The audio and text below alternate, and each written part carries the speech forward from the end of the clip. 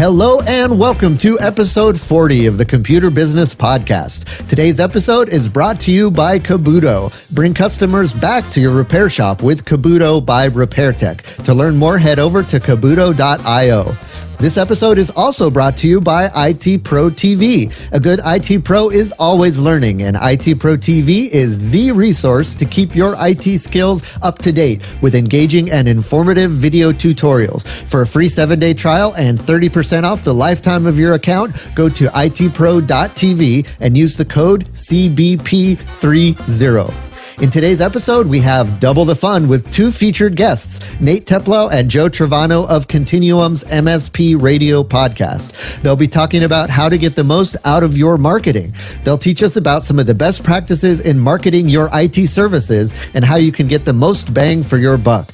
Paco will also talk about how he handles negative feedback from clients. We'll talk about the YFNCG survey, and in the toolbox, Paco talks about a great way to convert website visitors into customers. All that and so much more coming up right now. Welcome to the Computer Business Podcast, where you'll learn how to start and grow your own successful computer business. And now, here's your friendly neighborhood computer guy, Matthew Rodella. 1, 2, 3, hit! Hello and welcome to episode 40 of the Computer Business Podcast. I am Matthew Rodella, aka your friendly neighborhood computer guy. And I'm Paco LeBron. And this is the podcast where you can learn to start and grow your own successful computer business. You can find all the links mentioned in this episode at computerbusinesspodcast.com/episode 40. While you're there, be sure to subscribe to the podcast on iTunes or your favorite podcatcher using the links provided. Also on that page in the sidebar, you can subscribe to the Your Friendly Neighborhood Computer Guy newsletter, a monthly digest of tips and tricks for growing your computer business. When you sign up, you'll also get a free copy of my ebook, 20 Things You Can Do Right Now to Improve Your Computer Business. The book contains 20 practical tips to help you take your computer business to the next level. All that for free as our way of saying thanks for being a listener and a subscriber. You can also follow us on all of the social media platforms that you care about. Twitter, Facebook, Google+, and LinkedIn. We're on all of them. We have links to our social media profiles on the show notes page on the sidebar. All right, the topic of today's episode is going to be how to market your IT business. And we're excited to actually have two guests on the featured topic today that we're going to be interviewing. They are Nate Teplow and Joe Travano, and they work over at Continuum, which is a managed service company. They provide software for managed services, and those guys work in their marketing department. So they've got some really good insights about what it takes to market a managed service business and an IT business. And they're going to talk about some of the best ways to approach marketing and how to really, use whatever marketing is going to be best for the particular niche that we're in, because you can read all the marketing books that you want and you can go to marketing websites and read articles, but normally those only apply to just businesses in general or to specific niches. So it's always good to see what actually works for computer businesses and IT businesses. And so that's what we're going to talk about with Nate and Joe. So I'm excited to jump into that. But before we do, let's just kind of see how things are going with Paco and I. As always, I'm joined by my trusty co-host, Paco LeBron. How you doing, Paco? I'm doing good, man. How are you? Good. So it sounds like from last podcast that things are off to a great start in 2016 for your business. You want to just catch us up on what's been happening with you in the last couple weeks? Yeah, sure. So basically when we spoke on our last podcast, I actually have been dialing some things down and really concentrating on a lot of our marketing and just being able to expand our services to our current customers. And the great thing about the specific marketing avenue that we're using, which is Google AdWords, has really assisted us in gaining that growth that we were looking for. And when we last talked about it last time, we were on track for doubling what we usually do on a good month last year. Now, I'd like to go ahead and report that today, as we're recording this on the end of the month, we actually have completed being able to triple our our best month that we had last year. So it's very exciting for our business because cool. It's showing us that as we continue to concentrate on a lot of what we really want to get done and really focusing on what we need to take care of really is paying off. And a lot of this work and really looking at what we needed to do with Google AdWords, it's really been helping us out. So that's You mentioned the word focus, and that was, our topic, or that was our theme of last year. And I think, and I found the same results, right? Sometimes it takes you an entire year or a while to really figure out how to hone in, figure out what to focus on, figure out how to focus. And so, we both of us refined our processes and kind of really established what we were going to focus on by the end of the year. And now it seems like we're both reaping the rewards of that into this year by, our businesses are growing now because we spent last year really focusing, and now we can concentrate on actually growing our businesses this year because we have that momentum that we kind of set up through last year. So it's just awesome to hear that all the work and the real kind of strategic thinking about growing our businesses is paying off. And it seems like it's really paying off for you as well. Yeah, exactly. And it's a lot of great things that are coming our way because, as you mentioned, last year, we kind of were just flailing in the wind. And it was really us trying to figure out what's working for us and what's not. And what we had to do was basically, we made a lot of character building decisions, is what I like to call them, not bad decisions, because character building decisions are basically investing in yourself. And a lot of these are just dues that need to be paid in order to get the experience so you can move forward and make up for that investment.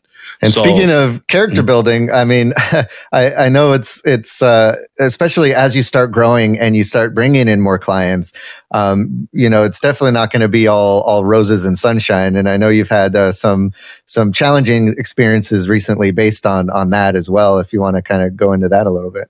Exactly. So it's exactly what one of the phrases that likes to, on that famous song is more money, more problems. But basically what happened is, with as much growth that we have, you're going to have some of the sticklers not really understand what you're trying to provide as your model. And at that same time, you have to use these as character building decisions and experiences to help your business grow.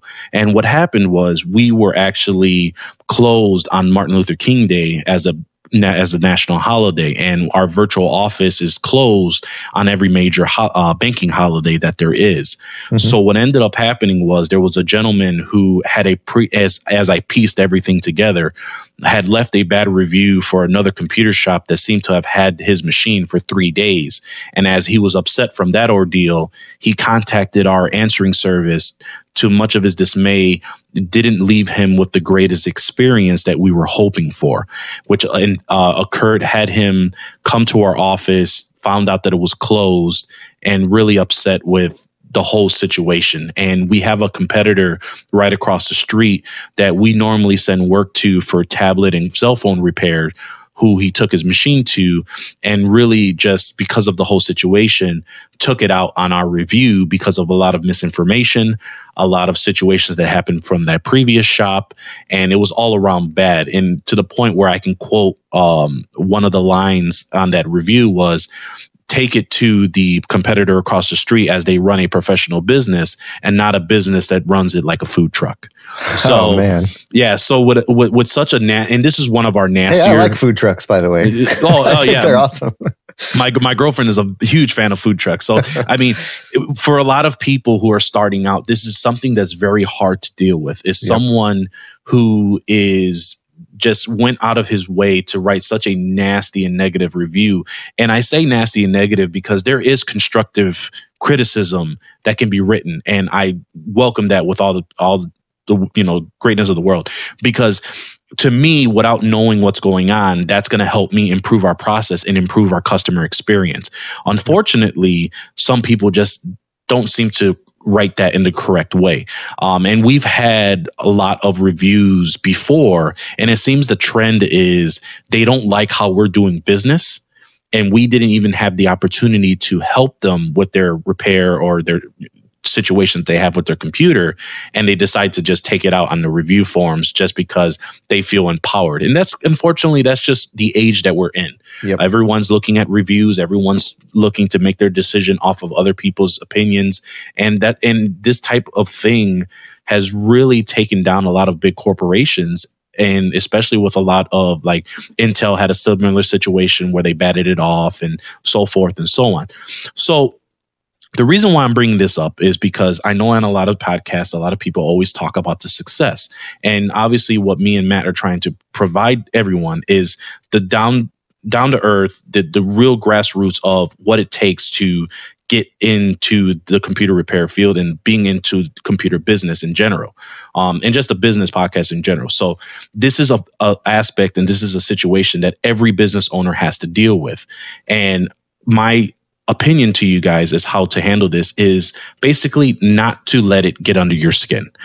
There will always be these type of negative people out there, and especially for those who just do not understand what's going on with how you do things, it's just not going to be to their taking. So what I've done with this review is I basically emailed or replied back to this and informed them exactly what, and we answered the reviews as if they were posing questions to us. Why was this happening? Why did this occur? Etc. And that's exactly how I answered all these specific questions were in this review as questions, instead of replying back stating, you have no basis to your review, as this is just how we're doing business. And not only does that help clear things up for the reviewer who left you the bad review, it also helps everybody who's reading your profile, because that's going to really help you out and get into the know of, hey, these guys are not that bad. Maybe this guy was just a bad apple out of the whole bunch of these reviews. And just keeping that professional, keeping it clear and concise, that's really what is going to help you in the end of the day. I think that's a great, first of all, a great attitude and a great mindset. And it is good to think about, when you get a bad review, you do want to respond to it, because it gives you an opportunity. Not only does it, it's not going to look good if there's a bad review and then, people just see the bad review by itself. So you need to, of course, address those issues and let other readers know. So you're replying to that review, not for that one customer, but for every other customer who comes in and reads that bad review. They want to see how you handle it. It sounds like, you handled that well. And you make it a constructive response, not you as the customer did this wrong, or you don't understand, or you're not, you putting it on the customer. You're just saying, well, this is how we run. This is how to explain and to address your points and what's going on. And I think that's probably the best way that you can hope to handle something like that. Right, exactly. And it's a lot of those big things that a lot of people have to understand is you have to be as transparent as possible, because, people are not fools, and especially prospects and current customers. They're going to know what's going on, whether you reveal it or not. And it's always important to kind of bring that up and be transparent, which in this case, there was some misinformation, as I mentioned before, which caused us to make some changes that we needed to ensure that we give the best customer experience for our customers. Great. Awesome. So and like you said, this is just kind of the price of doing business in this day and age. It's going to happen. Yep. And it's just all about how you respond to those types of situations that is going to dictate how your business looks afterwards. And so great. Talking about my business a little bit, what I'm really focusing on right now is, luckily, because I don't have physical locations that I send people to, I don't have to worry about like Yelp, because I think Yelp is mainly just for like physical businesses. Is that right? No, not necessarily. It's actually all types. There's many services and et cetera. And that specific business does not have to put themselves on. Actually, prospects or people who want to review a particular business can add that business on Yelp. Gotcha. without the business's authorization. And Yelp is basically just kind of saying that this is a community for people to kind of look at all these building services, all these products that are offered by these businesses and what's their experience. And that's kind of what Yelp's model is, not so much for the businesses, but more for the potential prospects looking for a particular service or product on this forum. Okay, that's interesting. Yeah, so I guess I could, my business could end up on Yelp one day if someone wanted to write a review about it. Exactly. Yeah, cool. So that's definitely something that even I would need to keep in mind. Luckily, that hasn't happened yet. I mean, I have definitely had clients that weren't thrilled with something that happened in our interaction, and normally it is miscommunication. That's really what it boils down to. Is they were expecting something different than what I actually delivered, or they were expecting it to work a different way, and then exchanges start getting heated and so forth and so on. But and I think maybe once or twice it's resulted in a client maybe going elsewhere, or I just never heard from them again, kind of thing. So, Gotcha. But most of the time, if you just kind of work with the client, you talk with them, and they're being a reasonable person, and you be a reasonable person, and you can kind of work through those issues.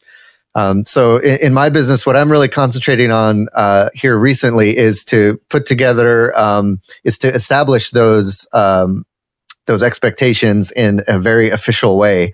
So I talked about this a little bit last year, where I'm looking to put together a formal ticketing system for my WordPress consulting service. So at this point, what happens is I have clients who, I build a website for, or we have a big project together. I'll have them sign a contract, and that'll specify everything that I'm going to be doing for them. But for kind of the troubleshooting and the ad hoc work that I do, like if someone contacts me saying, I have this error message on my WordPress website, or I need you to just add a couple things to my WordPress website, I'll just take care of it for them. And I'll use kind of our emails back and forth as the quote unquote agreement. But I would like to eventually establish a support agreement for even people who contact me for a one-off service. And that just would help me give them one document that they can refer to if they have questions about, the different pricing that we have, regular pricing versus emergency pricing. Because I've had someone contact me this weekend and they had an urgent request for me to take care of something on their website before Monday. And I told them I'd be happy to do that, but it would be at my priority rate because it's during the weekend. And not only that, but I'm also going to have to bump you up ahead of other people I'm working on. Right. And they said, oh, okay. And I had sent them my pricing sheet, so they were aware of this, but they didn't think about it in the moment. And so they're like, oh, okay, then I guess I can wait till Monday, kind of thing. So I want to have something that they sign, because I think having them actually sign something helps them in their mind acknowledge it a little bit more than if I just send them a PDF or an email and they're like, yeah, whatever. And then they don't really pay attention to it. It's just something about having to sign a document makes people pay a little bit more attention to it. And it's also going to help me kind of formalize some of the processes around the client interaction, where what is your expectation for the deliverables, what is your expectation for exactly what's going to happen. Like I'm not going to guarantee that if you come to me with a hacked website that I'm going to 100% remove the hack and it's never going to happen again. But there are kind of stages that we go through and to see if that virus is removed, and a time we need to wait to make sure it doesn't come back. And it's pretty much the same way it works with a computer. It's just a little bit different with websites, but pretty much the same idea. And I want to put that all in this agreement so that it's there. And this was a little bit easier with computer repair because you're actually exchanging a physical thing with Right. these people. So you're like, okay, here's a computer. Well, here's my agreement. So you're like exchanging. Whereas with a website, it's really all just done through a phone call or email, and then they'll send me credentials to log into their site, and that's it. So it's really low barrier to get the work started. So it's just always been easier for me to just get the work started and not worry about an agreement. But I'm definitely looking to formalize an agreement, and that's something I'm going to be working on. I've just been swamped with client work, and that's good, right? And that's kind of what we're both experiencing. Yeah, is we're getting a lot of work, and so we're needing to prioritize the working on our business as well as working in our business. So I'm working on putting together that agreement as well as tying in. I'm still looking for a ticketing system. That's something I was working on at the end of last year, and I had to put it on the back burner for some other projects and some other client work.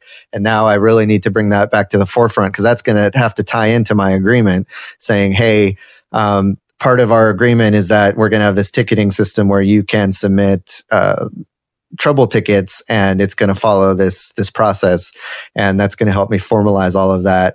And really, at the end of the day, I want the expectations to always be the same, no matter what client I'm working with. And that's been, wishy-washy, depending. Like, if I know this client is the greasy wheel, I might work on theirs sooner than a client who's like, hey, whatever, you can get it done whenever you want. And that's not fair to the client, the easygoing client. They're just as important as the squeaky wheel client. They just are, have a better, I don't want to say better attitude about it, but their urgency is different. And therefore, if someone really is the urgency is real, then, they'd be willing to pay the priority rate for it. Right. Just making all of that formal. Right. But at the same time, looking at that view, that's the purpose of the ticketing system, right? Is you're able to set these priorities because more work's going to have to go into one than the other. As long as you're not as long as you're within your SLA for all your clients, I think being able to shift that around, like you mentioned, is just more of a benefit to you to be able to provide the better work and the quality of the work to that proper prospect or current client. And especially with a ticketing system, whether you email this, grand email that you have on, as far as a distro, instead of grand, distro email that you have on your website, or just having a form that ties into your CRM system, that's really going to help out too with setting that priority. Yep. Yeah. So that's what I'm working on, and I'll continue to keep you guys updated on how that goes. But right now, just I'm seeing the need for the agreement and the ticketing to go hand in hand. So if I want to do one, I got to do the other. And I think I've found the ticketing system I want to use, but I want to implement it first before I announce it, just in case I run into a snafu and it turns out not to be that great. Gotcha. And then I switch to something else. So I'm almost ready to talk about that. Great. So before we move on, I know, Paco, you got a couple cool resources that you wanted to mention. Yeah, so a local tech that we met back at the conferences, Tom Wilmot of Wilmot Computer Solutions, sent over 2 really cool resources and links on conferences and a webinar that was really cool. The first one is basically from SMB Nation, and a lot of people have heard of SMB Nation as they are a great resource for providing content, being able to write blog posts, and actually holding events for a lot of technicians out there. And there is one particular, which we'll have the URL in the show notes, is their 2016 roadshow. And this particular roadshow is in specific to deal with Office 365 and Windows 10. And they're going to be in 9 cities. They're going to be out in Redmond, Washington, New York, Atlanta, Chicago, Washington, Charlotte, Los Angeles, San Francisco, and Phoenix. And that's going to be throughout the year here, with the first one being in February 23rd. So we'll make sure to add that URL, and there's going to be one in locally to me. And it's from 8 to 5. It looks like it's from 8 to 5, and they're covering everything from Azure and Office 365 Active Directory, all the way down to Windows 10 deployments end to end. So it looks like it's going to be really good and really resourceful for a lot of people. And just wanted to make sure everybody heard about this. And I thank Tom for sending that to me. There's also another one that he sent me, it actually caught my attention because it deals with MSP webinars. And specifically, it's the topic of it's from Intronus, and it's basically make your IT services marketing zine in 2016. The actual webinar was scheduled on January 28th. So by the time this podcast comes out, you'll probably have missed it. But they do have a cool splash page or sign up page where if you enter your information, they'll actually play the replay of that webinar. And it's actually pretty cool so far from what I've seen, kind of talking about, time kills all the leads and how to make sure you get the most out of those specific leads and basically getting some referrals. So it looks like it's really good. From what I saw, it looked like a really good, helpful for MSPs out there and for some people who are just, trying to make, as their title says, making their marketing zing in 2016. So Stuart Crawford is the one that's actually presenting this webinar from there, and we'll have that URL also in the show notes. So do thank Tom for sending those over to me and being able to share that to you guys as well. Awesome. I love the cute little catchphrases they try to throw in those titles. Make your marketing zing. Right. Like, what does that mean exactly? I'm not sure, but it's about marketing, so that's good. Right. Cool. Yep. So we'll have those links in the show notes. Also, before I forget, I want to mention that we do, for your friendly neighborhood computer guy and the Computer Business Podcast, we have a new survey that we have available for you guys to fill out, where we want to get your feedback on a bunch of different stuff, but primarily how can we better help you guys through the podcast and through the blog posts and the newsletter and everything that happens on YFNCG. So we, in order to make it a little more enticing to fill out the survey, because I know, you get surveys from lots of companies and it can be exhausting. So number one, we're making it only 10 questions. So it's not like a super long, multiple page kind of survey where you have to just take your entire afternoon to fill it out. And also we're enticing you to fill it out by offering a $25 Amazon gift card to one lucky random survey participant. So, that's great. You can pick up a couple extra supplies on Amazon with that gift card. And we just would love to hear your feedback, because your feedback is going to help steer the ship for the rest of the year and the years to come. We want to learn about, how your business is doing, what kind of business you're running, what you're struggling with in your business, and how we can help you with those struggles. And we've got a lot of great feedback so far. We released the survey link in the latest newsletter, and we've got a lot of responses already, a lot of interesting things you guys are looking to accomplish, a lot of great feedback, a lot of great suggestions. And actually, maybe next show or the show after that, we're going to read back some of your responses, let you know what the rest of the listeners and the rest of the community cares about, what they're struggling with, and we can kind of have a dialogue around a lot of those answers and those responses. So to fill that out, I created a special link for listeners of the podcast. So you guys can just go to computerbusinesspodcast.com/survey. And that'll take you straight to the Survey Monkey survey, and you can fill that out. And as long as you leave your email at the end, you will be registered in the random drawing for a $25 Amazon gift card. So definitely check that out. We'd love to hear back from you guys. All right, so let's go ahead and jump into the emails for today. It's time to check the Computer Business Podcast mailbox. All right, so the first email comes from our friend Bruce Corson. We always love hearing from Bruce. And Bruce writes, one thing you mentioned suggests another area to explore: pricing.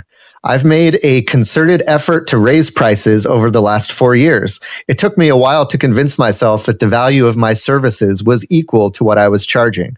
Since 2012, I've managed to raise hourly pricing by 46%. Wow, that's pretty good. And I'm not losing business as a result. Of course, I'll never know who didn't call me due to hearing I was pricey, but my days are full. No one likes to announce price increases, but one of the methods to overcome that anxiety I've used is to give new pricing only to new clients. With sufficient new clients on a regular basis, your target pricing becomes the average pricing. And for anyone doubting their worth, here's my example. I recently had a call from someone who found my name on the web. You take care of viruses? He asked. Turns out he is the manager of a local pricey restaurant.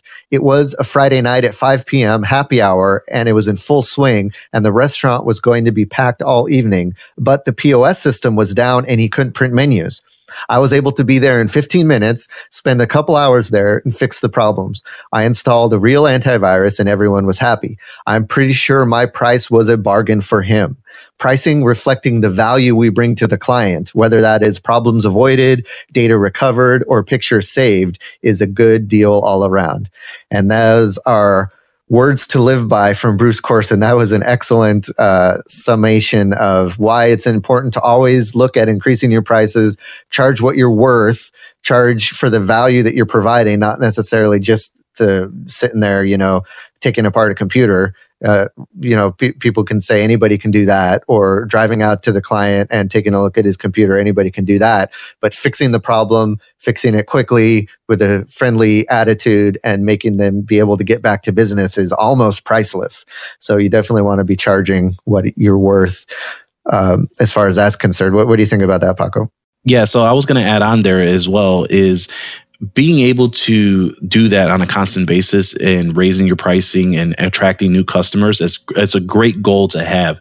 But also know that you don't have to shy away from updating some of your older clients that may be on a legacy pricing that just doesn't look right and just doesn't seem correct for what you need to sustain yourself with and the amount of work that you're doing for the client. So what we did personally is right before the new year started, we went ahead and wrote up a new sheet, kind of like what you did, Matt, with your customers, introducing the new rates as you started getting into the swing of things, the new tools and everything that was bringing into the better value, and being able to present it to the customer that you have before and letting them know, hey, we understand that we had this rate with you before. However, we've added such great things to these plans that you're probably are not currently on. And also, we're going to be able to maybe speed up things a little bit as far as our times on site, or we're going to be able to help prevent certain things with some of these new tools. Here's our new rate moving forward. And unfortunately, if you don't like to move forward with us, we understand. And then the ones that do, because they like and they just love your value and just working with you personally, they're going to pay what you're going to want to introduce to them. And that's a big piece to understand, that don't shy away from that. And being able to, because there's nothing wrong as far as what Bruce is doing, but always know that you want to make sure you're paid for worth on both realms. And that's a great point to make as far as being able to introduce those new rates out of nowhere, being able to get it concise, constructed, and being able to have it planned well in advance so that your customer can kind of make that adjustment if they need, and they don't feel like they just got dropped this big bag and now they got to figure out how to carry it. Yeah, and that goes to a little preview of one of the things that a lot of our newsletter readers are saying they're struggling with. One of those is cash flow, and a lot of folks mention that they want to figure out how to get better paying clients. And one of the ways to get better paying clients is to charge more, because then they're going to pay you more. And then you can weed out the people who aren't willing to pay more, and you can attract the type of people who are willing to pay more. But along with that, you need to offer the value that makes it worth it. And that's a great example of going back to the old clients and saying, we are increasing our rates, but this is what extra you're getting because of those increases. Exactly. So I think this one could definitely hit home for a lot of people. And we'll be exploring that more throughout the year with some blog posts, maybe even an entire podcast about, rates and prices and the thinking behind that. There's a lot of ways to do it, but really you just got to not be afraid of raising your rates and not being afraid of charging what you're worth. Yep. Okay, so the next thing we have in the emails is not actually an email. It was a comment left on our last podcast, and the comment says, "The PCmatic people." So this is on the sorry, before I read the comment, this is for our last podcast where we had Dodie Glenn on, and he works for PC Pit Stop, and he is their vice president of cybersecurity, and we talked about security trends for 2016. So one of the comments on that podcast episode was, "The PCmatic people ? I won't go into them, but I have lost all respect for this podcast. All the years we have told customers to stay away from companies like this, and now you support them. Why?" So, I wanted to bring this up because it does bring up a point that I want to clear up. And I'm not sure if comments like this, it's great to get them. I'm not sure if it represents what a lot of people are thinking, or it might just be this person was having a bad day and that just rubbed them the wrong way. But regardless, even if there's just a couple people who are questioning like who we bring on as guests and stuff, I wanted to clear it up. So if you want to get I went into kind of a detailed response to his comment in the show notes for that podcast. So you can go back to, that was episode 39, and you could go back and read my entire response. But basically what it boils down to is, we try to bring on guests that can bring value based on what they know, their knowledge. They have some particular expertise or they have some particular experience, and we want to bring them on to share that with you guys to help your businesses and to hopefully you learn something new from it, or you gain a different insight or a different perspective. And we're not necessarily, when we have guests on, we're not necessarily endorsing the products that they pitch or the businesses that they're affiliated with. I do want to treat all of my guests with respect. So after our interview, I let them talk about their business and I let them pitch their product, and I support them in that because I value them for coming on the podcast and giving away their knowledge basically for free. So that's kind of the trade-off, right? We bring on someone, they bring you lots of value, and then in return, we let them talk about any kind of projects or any kind of businesses they're involved in. And I don't necessarily endorse every business or product that they might be involved in. And so that's what's going on there. So I bring on a guest for the guest and their knowledge, not necessarily for the company they represent. And I'm not saying that PC Pit Stop is a company that I don't like. I mean, I don't have a lot of experience with their products. I do have a little bit of experience with their MSP product, and it seemed pretty good. I did a demo of it and it seemed pretty good. For the PCmatic stuff, and I know there's a history there, and I'm not too involved in that, and I've heard about it. But for whatever that's worth, the guest we brought on was for his expertise, and I think he brought some great value to that podcast. So just want to clear that up for folks who might think that because we bring on guests, we're endorsing them or we paid them to come on here, and that's not the case at all. They're coming on voluntarily to give you guys value, and in return, because they are coming on for free, we let them talk about their services. Great. So if you guys have any other feedback, and we love hearing feedback. So if you want us to clear up something like that, or if you have problems with something, that's fine. Leave a comment in the show notes or send an email to computerbusinesspodcast@gmail.com. We love to hear from you guys. We love the opportunity to help you guys, and we'd love to continue that dialogue. All right, before we jump into the feature topic, I want to mention our first sponsor for today, and that is Kabuto. Now, we love giving back, and we're giving you guys a lot in this episode, right? We have the chance to win the $25 from Amazon for filling out our survey, and you also have a chance to win a free year of Kabuto, and that's a crazy value. And the way you can win, and this contest is still open. So we only have 2 responses to this contest. So your chances of winning this are pretty good, because so far not a lot of people have participated. So we want to get a few more people participating, make it interesting.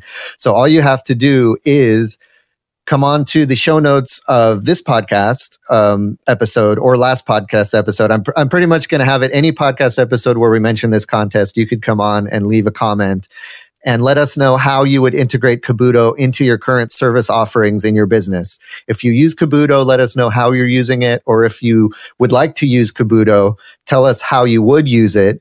And we're going to go through those responses and choose the best one, and that person is going to win a free year of Kabuto. It's that simple. It's that easy. So a little bit about Kabuto. It is the way that you get clients to come back to your business. You can increase customer loyalty, get more leads, resell your services as managed services using the Kabuto app, which is basically just a small program that you install on your client's machine, and anytime it monitors their machine, and anytime there's a problem, it'll pop up a reminder for them to contact you to fix that particular problem.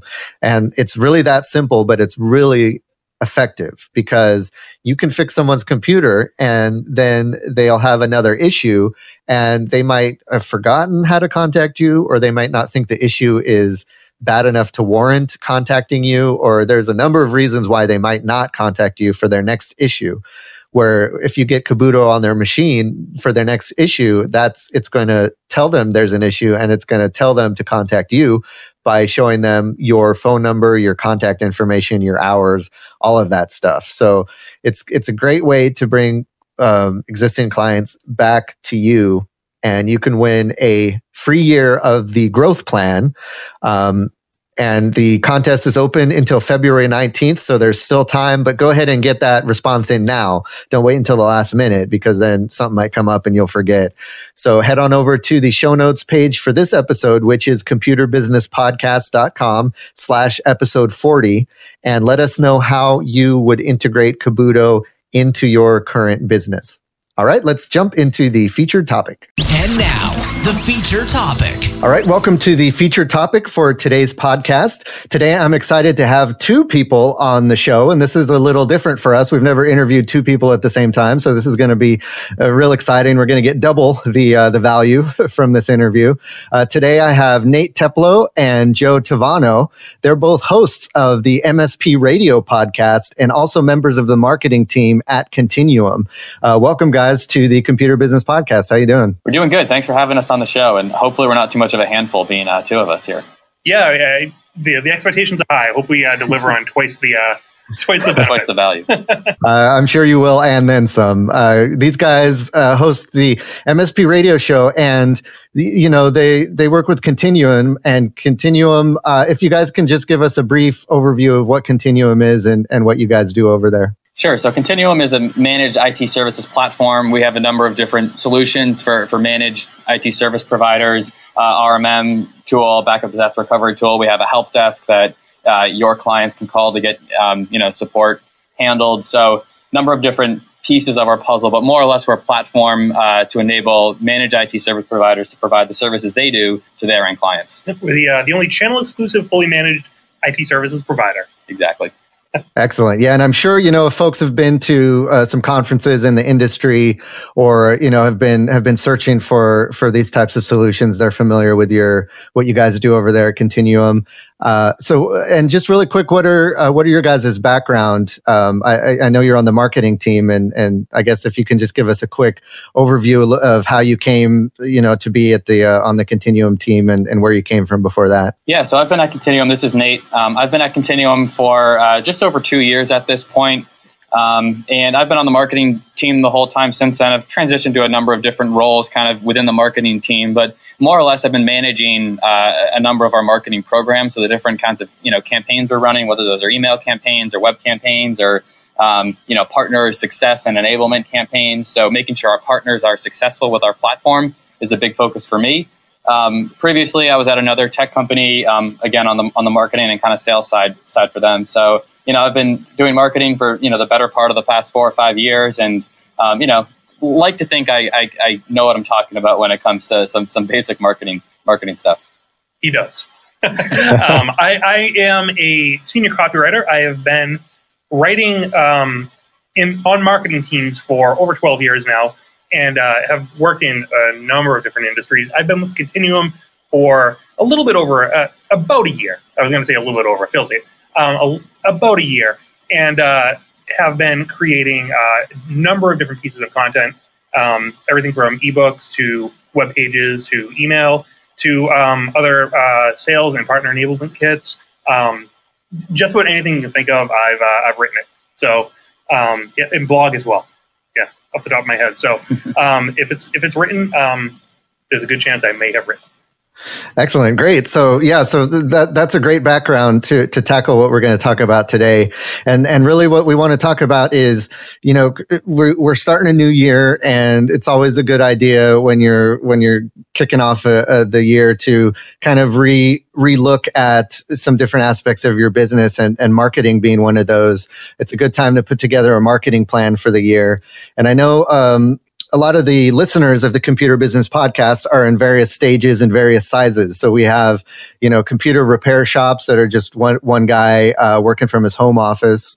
We have, storefronts who have a few techs working for them. And we have some of the smaller MSPs who might have a handful of employees working for them as well. But most of our listeners don't, have the budget to have a marketing department or even just a marketing person. A lot of times they're just trying to learn as much as they can about good marketing practices and throwing a bunch of stuff at the wall and seeing what sticks. And so instead of, just kind of guessing at it, it's good to maybe put together some sort of plan for the year. So first of all, I just kind of wanted to get your guys' idea on how computer business owners should go about putting together a marketing plan and what they should be thinking about when they go to put together the plan for the year. I think the biggest thing is the word plan, is having a plan. It's not just something you do every once in a while and as, one-off things. And I know it's very easy for, outsource IT guys, whether you're a one-man shop or even, a 10 to 15-man shop, to spend time marketing. It usually falls on the back burner because you're dealing with client issues or things come up, or, it's very easy to push marketing aside. But I think the biggest downfall to marketing is not sticking with it enough and not doing it regularly, whether that's optimizing your website or publishing a blog post or working on an email campaign to your database.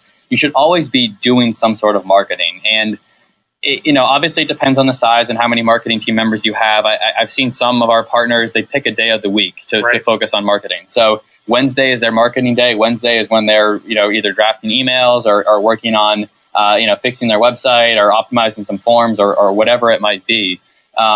So whether it's you pick a day of the week or, dedicate an hour each day to do marketing, or maybe it's hire an intern, maybe it's hire somebody part-time that can help out with managing your social media accounts or something, smaller like that. Making sure that you stick with it, I think is a very important piece of marketing, because when you're not consistent with it, that's when marketing really fails. Yeah, I like the idea of making time for marketing and actually building it into your schedule for the day or the week or the month. Because a lot of people say, I need to put together a marketing plan, or I need to do some marketing efforts in my business, but then life just takes over, or the fires start piling up, and you eventually just start putting it off. And I feel like, some of these crucial aspects of your business, it's best to get in your calendar and actually physically make a calendar appointment for you and whoever else you want to work with to sit down and work on marketing, either whether it's putting together a plan or actually implementing the plan. That's a great thing to consider. Yeah. So go ahead. No, please. I was just going to say, don't overthink it either. It doesn't have to be complicated. I think people get very caught up in being very verbose or official, or I have to do marketing, whatever that means. Right. Yeah. But it's really, it's nothing more than staying in touch with people and giving them information that you think that they would find valuable. Don't overthink it. Don't feel like you need to make a big giant email campaign with pictures and letters and calls to action or whatever. Just stay in front of people, stay in touch with them. And that's what I think marketing is. It's about being in touch with people and finding things that resonate, rather than big giant campaigns that are hard to conceptualize. Yeah, I always feel like marketing is too big of a word, and people can get very intimidated by saying, I need to do my marketing now. Really what it is a lot of small brackets they have to hit, regularly. Keep it up, keep it going, keep the ball rolling, hit the emails, get in front of people, keep your website up to date, things like that. Just small increments will eventually lead up to a much larger marketing strategy that they're keeping up and keep moving forward. Yeah, I like that. You got to start somewhere, and it can be, just small steps in certain things to get started. And you're right, marketing can seem overwhelming because there's so many different things you can try and so many different ways you can go with it. It's always good to just focus on one thing first. So what are some of those kind of lower hanging fruit items that people can look to improve their marketing? I know you mentioned websites and you mentioned email campaigns. Are there anything else that folks should be looking for when they're putting together their marketing plan, as kind of, these are some of the easier things to implement that we can get get rolling right now so that we can kind of at least get the ball rolling on marketing for the year? I think content's a big thing. If you're not producing content regularly, then that's something you really need to step up this year. It's how you get found online. People search for content and for answers to their questions. And if you don't have the content available to answer those questions, you're not going to get found online. It also makes you look like a leader and a thought leader. Somebody people would trust when it comes to their IT systems and the success of their business. If they don't see that you're an expert in what you do and are publishing things online and putting your stake in the ground on, this is how to do things, this is how to answer, this is how I provide the answers to your questions, they're not going to trust you with their business. So there's kind of a twofold effect there. So there's a number of ways you can publish content. That could be a blog post. Maybe you just commit to a weekly blog post. And, it's hard to find time for, to write blogs, but there's really easy ways to get content out there. I mean, even like a podcast, it's really easy to do like a 5-minute podcast once a week. Just speak 5 minutes. If there's a question you're getting regularly from your clients or prospects or whatever, start answering that question in a podcast, a weekly series. And then what you can do is transcribe that, post it as a blog post. You can share that on social. You can email that out to your database. And that's content you can use and leverage in many different ways. And it really only takes you 5 to 10 minutes a week to generate that. If you just use it as, record your thoughts on it and then transcribe it and publish it. There's ways to get lots of legs out of the content you produce. And obviously writing, 5 blog posts a week isn't feasible for an MSP, especially if you only have 1 or 2 marketing people. But there's ways to get more legs out of your content. And it's important to think about ways to spread that content, that thought leadership and your knowledge, across your website and your different kind of marketing channels. Yeah, definitely. And I think people get very intimidated when they sit down. Not everyone's the most verbose writer in the world. Not everyone, wants to be either. You don't need to worry about word count. You don't need to worry about, if you're doing a podcast, length of the podcast. Sometimes 2 minutes is great. Sometimes 1 minute is great if you can really get your thoughts out there.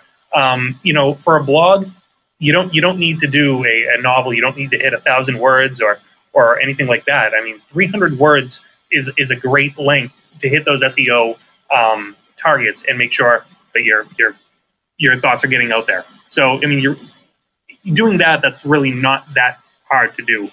Yeah, and videos are another great way to do that as well. I mean, any mobile device now has a decent enough camera on it that you can actually just have somebody record you. Sit down in front of your desk or something and provide, your top 5 highlights in tech news for the week or something, and do that once a week. That's, takes you maybe 10, 15 minutes to aggregate some of those sources. And that's something you should hopefully be keeping an eye on throughout the week, just for the success of your business is, industry news. So, put some highlights together and have somebody just sit there and record you. And you can publish that in a blog post. You can host the video on YouTube or some other different video hosting applications and publish that as a blog post, share it on social. Again, email it out to your database. That's another good way to continuously publish content. Yeah, I love the idea of repurposing content in different mediums. So, you can pick the medium that you're most comfortable in. Are you more comfortable talking? Then you can have a podcast. If you're more comfortable in front of a camera, then you can record a video. If you're more of a writer, then you can write the blog post. You choose the medium you're most comfortable in, create your content there, and then you can repurpose it into a video. I know some folks who put together videos where it's not talking. It's just kind of like a slide deck almost. And they put, exciting music behind it or something like that. And that can be effective because there are, people, your potential clients who might be, spending a lot of their time on YouTube, looking up information on their particular sector or their business or some problems they're having with their IT situation at work, and they're in YouTube and they're looking up how-to videos or whatever, and there your video pops up. Someone who provides services around the problem they're having, they would have never found you if you wouldn't have put that video on YouTube. So I like the idea of creating the content once and then repurposing it through different mediums. Yeah, I mean, it's important to remember that YouTube is the second largest search engine in the world. So being able to have a presence there and have a great video, and even if it's a small video that just explains a concept of some sort, it can be, immensely helpful for having people find your business.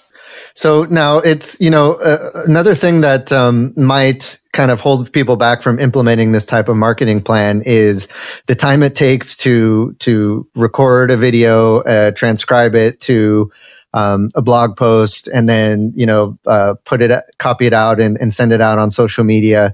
Is there any tools you recommend or know of that can automate this process or make it a little bit easier to take some of the tedious work burden off of the business owner?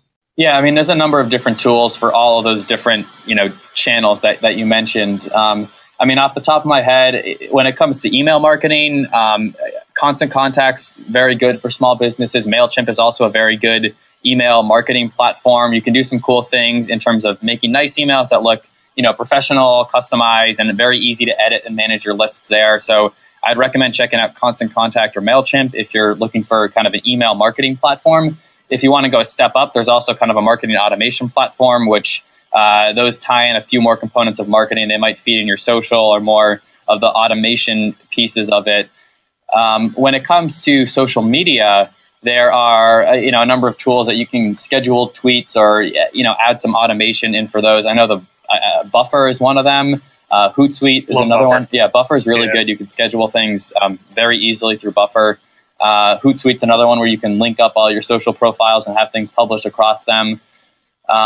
So those I love Buffer. I'm a big fan of Buffer. Yeah, I've used it too. It's very, very easy to use. Yeah, definitely. So where do you see, the marketing going in the future? I know it's in the past, it's been all about blogging and it's been all about just getting yourself out there, producing content. Is there any kind of new things you see that are starting to gain traction, that are producing results for folks as far as marketing for their businesses? Well, the obvious one for us has been podcasting. It's something we've worked on, for about a year and a half now with our MSPRadio show. And it's just another channel for us to reach our audience, whether that's partners or prospects. It's just content for them to consume. And that's pretty much all our MSPRadio show is. It's just, useful content for MSPs and IT solution providers. And that's part of our strategy here at Continuum. So obviously content's big. We've talked about it in the past, and that's going to continue to be a core piece of your marketing strategy. Yep. If there's any trend, I think, and trying to verbalize it is tough, but I think just making it more authentic, and that's something that we've tried to do in our marketing here, is you don't have to be like salesy or tricky or try to, trick somebody into opening your email with a clever subject line like, hey, thought you might want to check this out, ... or anything like that. Like just be authentic with your marketing and make it about connecting with your audience. And I know I said that earlier, but find ways that's going to resonate with them and be authentic in your marketing. I think people are expecting more of an authentic process when it comes to their marketing and sales journey with your company. And there's a lot more power on the buyer now in terms of, you think of things like, Yelp and, ways to leave reviews, whether that's on Amazon or whatever. The buyer has a much stronger voice these days in terms of, voicing back the things that they experience with your company. So treating your buyer, with respect and authenticity throughout the marketing and sales process, I think is important, and it's going to lead to better relationships, better, loyalty among your customer base. So think about factoring in that authenticity and that relationship building throughout the marketing and sales process. It's not tricking somebody into buying something. It's really about building a relationship. Yeah, definitely. I mean, the idea of being slick is really, that's dead. I mean, trying to almost like get around the psychology of your buyer, that is not where marketing is going at all. Trying to get that emotional response from people, getting them to connect with your content is where marketing, I think, is really, really going. And understanding who your audience is and catering to what they want to hear and catering to what will connect with them, at a very authentic level is absolutely where people should be trying to go. Yeah, and with authenticity, I think that's really important because, when you can just think of it from your perspective. If you receive an email from some company saying ABC Corporation would like to let you know about the latest trends and whatever, How do you feel about that versus you get an email from a person who says, hey, I'm Nate, and I just wanted to talk to you about some cool things I found recently that might, help you out in your business, or that might apply to your IT area or something, and come at it as a real person, as opposed to some nameless, faceless corporation that's just, churning out information that doesn't really apply to anything. Exactly. You're going to get a much better response rate that way. We actually, I actually wrote a blog post about this, and we discussed it on our radio show, but the blog post was titled How Not to Write a Sales Email. And this is, I received an email from some sales rep. They were, again, trying to sell me, some, I think it was sponsorship package or something. And we said, we're not interested. We don't have time to manage this right now. And their response back was just so generic. And it was like, we're very confident you will be thoroughly pleased with our solution that will benefit your business, or and it was very generic. And yeah, exactly. Yeah. And I took that email content and put it into a blog post, and I picked it apart, and it did pretty well on our blog. I think I got it was one of our top blog posts of last month. But after I wrote that blog post, I had 2 or 3 other sales reps reference that blog post and say, hey, we've been trying to contact you. I saw your blog post, and I'm going to do my best attempt to not write a bad email. And that was much more personal. But it's funny because you have that horrible first version that I actually posted as a blog post. I didn't respond to it. I posted it as a blog post just more for fun, and it was, I thought, good content for us. But then anonymously too, right? Anonymously. Yes. I left their name out, didn't slander them. It was more just to make a point about the lack of quality. Yeah. But when it comes to the people who actually reached out to me and referenced the blog post, something I wrote and did and made it specific to me and my company, I replied to them and I set up calls with them. And maybe those opportunities didn't turn into revenue for them, but at least I did a demo with them, and at least I set up a call. So going that extra mile and finding something personal that you can reference, or add into your email campaign, I think is very important and is going to increase your response rate just dramatically. Yeah, that's great. I love that authenticity, being yourself, and a lot of people who are first getting started or they're growing their business, they tend to want to make themselves sound like a corporation. They want to sound legitimate. They're afraid that people are going to just think they're some guy working out of their trunk, and they want to, make them sound bigger, like a legitimate big corporation. And so they write those kind of impersonal emails, when really just being authentic, being yourself is something that transcends, the size of your business, the type of business.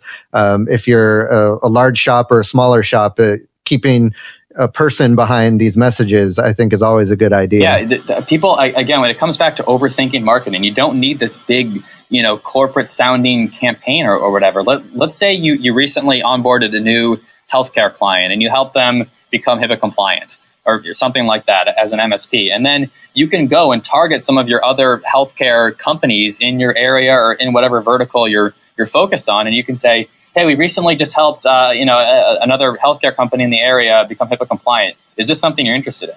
That's as simple as the email has to be. And I think that's going to get you, I would say, at least a 3 times higher response rate than drafting a 5-paragraph email that's listing out all the data points and trying to cram in a ton of information in one email. I mean, the goal of an email is really to get a response. I mean, that's my opinion on it. Yeah, you just want to get a response. You don't have to make the sale in that one email. You don't have to, cram all the information, about you into one email. It's just about getting a response and starting a conversation. So keep that in mind when it comes to your different marketing activities, that it's about starting a conversation rather than that's your one opportunity to sell them on your entire business. Yeah, in this day and age, email is just another messaging platform in this case. And people are much more used to, texting and direct messages, and email in a lot of ways can be much shorter than people actually realize. They need to be, to the point, honest, and just get that response. That's what it's all about. Yeah, I love when Nate said that it's just a way to start a conversation, and I love having that be kind of the theme here. Is marketing is just a way to start a conversation with your potential clients or your existing clients. That's a great way to think of it, and so I think I'll end it there. I think that's a good way to tie it up all in a neat little bow there. Now, you guys, just want to circle back around to Continuum. I love providing my listeners some great resources. And you guys actually, besides the services that Continuum offers, you also have some great just resources and information for MSPs. Can you talk a little bit about what you have? I know you got the blog and the podcast and what else you have there. Yeah, again, it's all part of our marketing strategy is providing that content for you. But if you go to continuum.net, we have an amazing resource center there. It's one of the main drop downs. You can find it on our navigation tab. But the MSP Resource Center, we have ebooks, we have webinar recordings, we have our podcast listed there, we have a number of blog posts. So there's a ton of good content for MSPs to take advantage of there. Obviously, if you're interested in scheduling a demo or a trial, whatever, you can do that on our website as well. But definitely check out the MSP Resource Center, continuum.net. You can find it there. Yep. And then blog.continuum.net is our blog. We host a lot of good content. We're publishing once or twice a day new blog content, all focused on MSPs and IT businesses. So a lot of good stuff there for you to take advantage of. Yeah, definitely. And wide range of topics on the blog. Continuum.net, right under resources, you'll find everything you need there.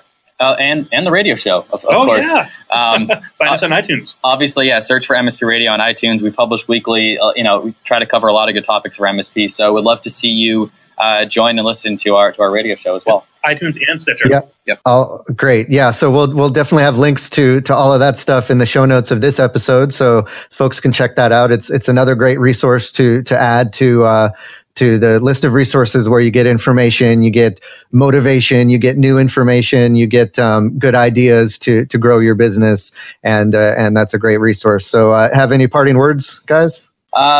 No, thank you for having us, obviously, and just to the listeners out there, don't get overwhelmed with marketing. Just get started. Stick to a regular cadence, whether that's a weekly email campaign or posting to your blog weekly, or maybe starting a little tidbit video or something. Just get started with it and be consistent with it, and don't get overwhelmed with the concept of marketing. It's not too difficult. Yeah, really. Get started. Set a time. Do a little bit. Don't get intimidated, and enjoy it. That's it. If you're in business and going through all these headaches, you might as well enjoy the ride, exactly. Right? Hopefully. So, excellent, guys. I appreciate you being a guest on the show, and we'll talk to you later. Yeah, thanks a bunch. It's been a blast. Thank you. All right, thanks again to Nate and Joe for that awesome interview. Hopefully, you guys are inspired to try some new marketing techniques or kind of improve your current marketing. And really, marketing is just a consistent thing that you got to just keep working on, keep honing, keep trying different things, finding what works for you and your potential customers, and then just kind of keep going with that. So thanks to those guys for the excellent interview. Before we jump into the computer business tool, I wanted to mention our other sponsor for this episode, and that is IT Pro TV. A good IT pro is always learning, and IT Pro TV is the resource to keep your IT skills up to date with engaging and informative video tutorials. IT Pro TV is a video network dedicated exclusively to the world of information technology. Whether you're looking to just get into IT or you're already working in the field, IT Pro TV supplements traditional learning methods with fun and engaging videos to maximize your learning. And they really have just tons of stuff you can learn.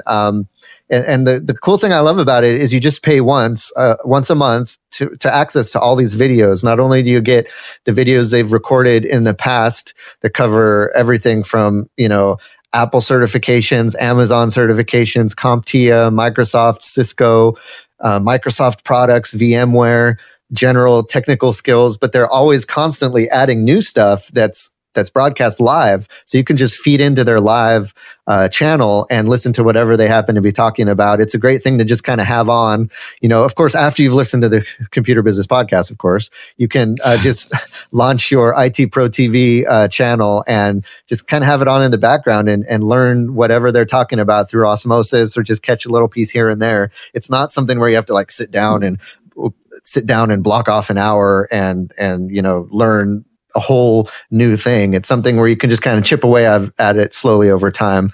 It's also, they offer special rates for businesses if you want to have accounts for all of your employees. This is a great way to do that. But really, it's just a great way to improve your IT knowledge, get the latest and greatest information on things like Windows 10, the latest Office releases, Microsoft Office releases, Outlook, Exchange, all of that stuff. If you want to brush up on all of that stuff, this is the place to be. So, yeah, and one thing I want to do add on to that as well, like, because it really hit it right there, is look at being an Apple certified training. If you were to go online to their website, find a place that offers the Apple certification online training, it's a nice cost of $1,795. And that's for the training, not the examination to become Apple certified. Not only you only pay a fraction of that a month to IT Pro TV. We actually got something special for you, which Matt will go ahead into right now. Yep. So subscriptions are normally $57 a month, or if you want to pay annually, $570 for the entire year, which is a little discounted. You get a little discount if you pay for the entire year. But because you guys are awesome listeners of our podcast, we're going to give you a 7-day free trial so you can check out IT Pro TV. You can check out the courses, the live stream, everything that's going on. You'll also receive, once you decide to sign up, which I don't see why you wouldn't, you'd receive 30% off your subscription for the lifetime of your account. So that's less than $40 a month, or less than $399 for the entire year. To take advantage of that offer, just use the coupon code CBP30. CBP30, and that's, stands for Computer Business Podcast, so you can remember it. CBP30 when you check out. So that's itprotv. That's itpro.tv, and use the coupon code CBP30. Try it free for 7 days and receive 30% off.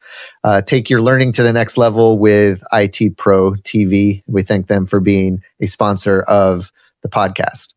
All right, so we want to jump into the tool for today, which is another one brought to you by Paco. What do you got for us? It's time to open the Computer Business Toolbox. Oh, do I have one for you guys? All right. And it's gonna be at the cost of free $99. So I know a lot of people tend to not really go into free tools because of the concerns of, what if they kind of pull the rug under you and so forth. But these guys have been really helpful to us, and especially with the live chat feature that they have. And I'm talking about Talk2, and it's spelled TAWK.TO. And I ran into them, funny enough, we were using a live chat previously to them, and that live chat went down.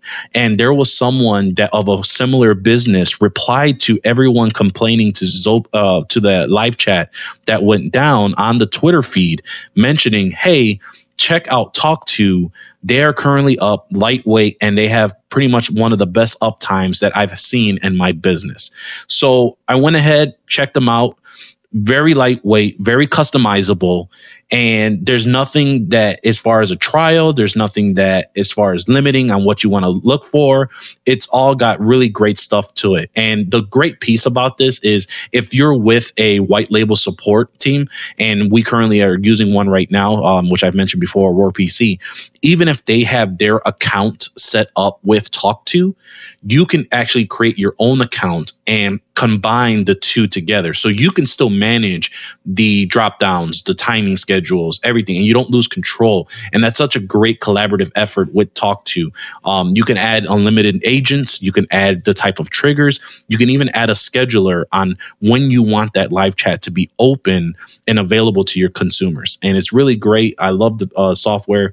It's great on the desktop, and they have iOS and Android apps. So for those that are on the go and someone wants to kind of ping someone right then and there, you can go ahead and answer them right away. And the reason why we did a live chat on our site is a lot of people tend to not hit that contact us link and send an email out.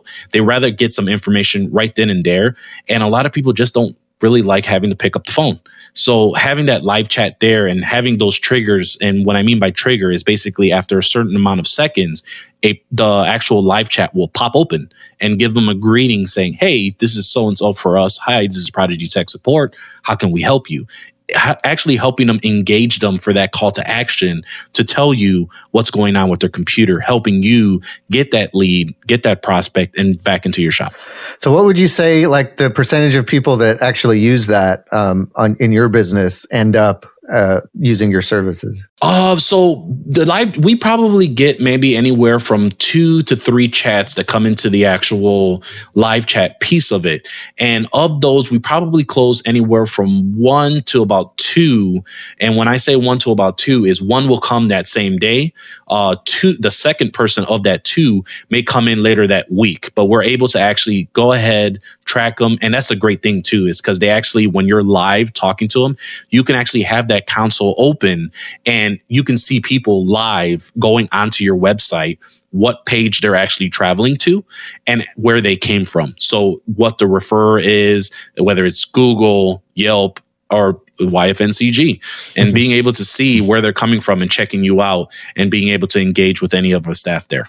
Cool. Yeah. And I think those are probably people that probably wouldn't have ended up using your services if they didn't have that opportunity to chat with you on the website. Yep, exactly. So, just to find out, to make sure someone's real and being able to get a good word in just before they go ahead and take it into the shop.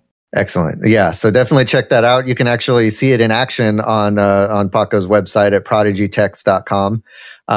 So definitely something to think about for your own website and for your own potential prospect engagement.